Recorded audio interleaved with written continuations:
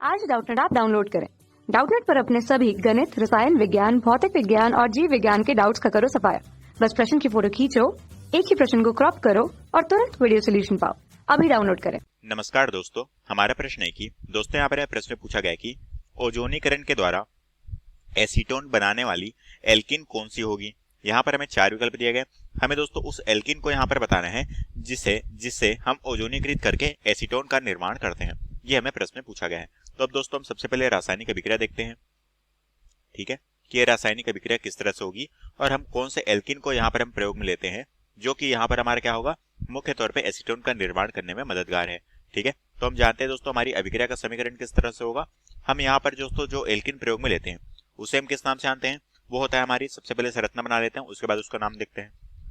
तो ये होता है हमारा CH3, यहाँ पर होता है हमारा कार्बन, यहाँ पर होता है हमारा CH3। ये क्या होगा, ये कार्बन डबल बॉन्ड के द्वारा दूसरे कार्बन से जुड़ा होगा। ठीक है, तो यहाँ पर हमारा डबल बॉन्ड होगा, ये कार्बन डबल बॉन्ड के द्वारा दूसरे कार्बन से जुड़ा होगा। यहाँ पर भी हमारा CH3 होगा और ये होगा हमारा CH3। तो ये हमारा ये हमारा क्या है दोस्तों, एल्कीन है, क्योंकि कार्बन कार्बन के बीच में डबल बॉन्ड है। तो इसी के जरिए ही दोस्तों हम क्या करते हैं, एसीटोन का निर्माण करते हैं ओजोनीकरण करने के पश्चात। तो हम सबसे पहले इसका नाम देख लेते हैं, इसे हम किस नाम से जानते हैं। तो यहाँ पर हमारा जो है नामांकन यहाँ से होगा या फिर यहाँ से, दोनों में नाम में कोई परिवर्तन नहीं होगा। 4 कार्बन की हमारी श्रृंखला है।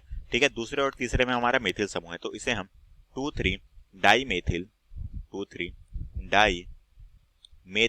4 कार्बन की श्रृंखला है। ठीक है, और दूसरे और तीसरे के बीच में क्या है, डबल बॉन्ड है, तो इसे हम 2 ब्यूटीन के तौर पे जानते हैं। ठीक है, ये क्या है, 2 ब्यूटीन के तौर पे जानते हैं। ठीक है, तो इसे हम 2,3 डाई मेथिल 2 ब्यूटीन के तौर पे हम इसे जानते हैं। अब इसकी जो क्रिया है दोस्तों हम किससे कराते हैं, इसकी जो क्रिया है वो हम ओजोनीकृत कराते हैं, मतलब कि ओजोन से इसकी क्रिया कराएंगे। ठीक है, अब यहाँ पर हम इसकी क्रिया ओजोन से कराते हैं। ठीक है, किसकी उपस्थिति में, Zn और H2O की उपस्थिति में। ठीक है, जिंक और जल की उपस्थिति में ये क्रिया होती है।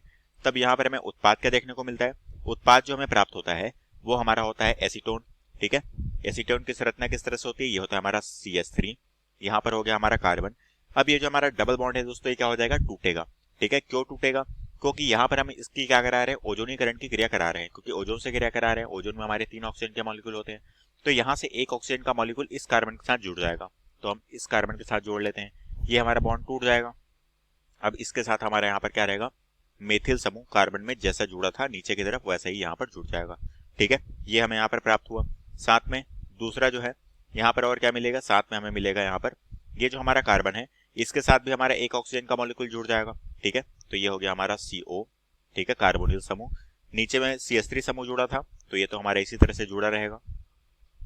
आगे हमारी जो श्रृंखला है इसमें हमारा मेथिल समूह जुड़ा है, तो ये भी हमारा इसी तरह से जुड़ा रहेगा। ठीक है, तो ये हमें यहाँ पर उत्पाद के तौर पे प्राप्त हुआ है। ठीक है, अब इस उत्पाद को दोस्तों हम किस नाम से जानते हैं, ये हमारा एसीटोन है, ये हमारा एसीटोन है, तो हम कह सकते हैं कि 2 मॉलिक्यूल हमें यहाँ पर एसीटोन प्राप्त हुआ है।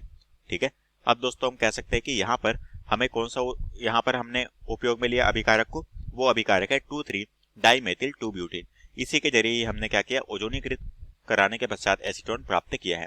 तो अब हम देखते हैं कौन सा विकल्प सही है। पहले में दिया गया ये तो हमारा क्या है दोस्तों, ये है हमारा एथीन है, तो ये ऑप्शन गलत होगा।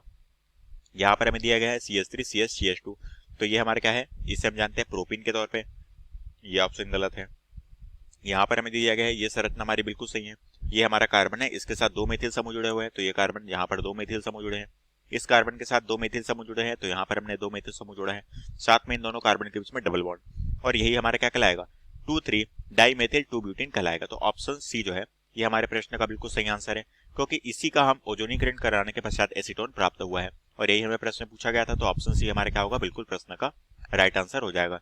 चौथा जो विकल्प है यहाँ पर हमें संरचना गलत दी गई है, केवल एक एक मेथिल को जोड़ा गया है, तो ये ऑप्शन हमारे यहाँ पर गलत होगा। तो हम कह सकते हैं ऑप्शन C जो है ये हमारे प्रश्न का राइट आंसर हो जाएगा। कक्षा 6 से 12वीं से लेकर नीट, IIT, JEE वो एडवांस के लेवल तक 1 करोड़ से ज्यादा छात्रों का भरोसा। आज ही डाउनलोड करें डाउटनेट ऐप या व्हाट्सएप करें अपने सारे डाउट्स 8400 400 400 पर।